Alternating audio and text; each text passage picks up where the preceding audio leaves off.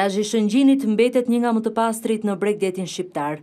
Nga një inspektim i bërë nga Agjencia Rajonale e Mjedisit në Lezhë, në të gjithë këtë vijë bregdetare nuk rezulton të ketë asnjë tubacion të shkarkimit të ujrave të zeza në det. Të gjitha subjektet që operojnë në zonë kanë bërë zgjedhjet e tyre në zbatim të ligjit, duke ndërtuar gropa septike dhe nuk kemi asnjë shkarkim të ujrave të zeza në plazh. Edhe në lidhje me mbetet urbane, mund të themi me bindje plot që plazhi i Shëngjinit është absolutisht i pastër dhe shërbimi i pastrimit të komunës funksionon shumë mirë. Po kështu edhe ndotja akustike është në nivelin 0, pasi të gjitha lokalet pasorës 23 kanë respektuar urdhrin për ndalimin e muzikës. Mund të themi që nuk kemi pasur asnjë incident dhe jemi mirëkuptuar edhe me subjektet të cilat kanë vërimtarinë në zonën e plazhit dhe kanë muzikë në bindje të hapura.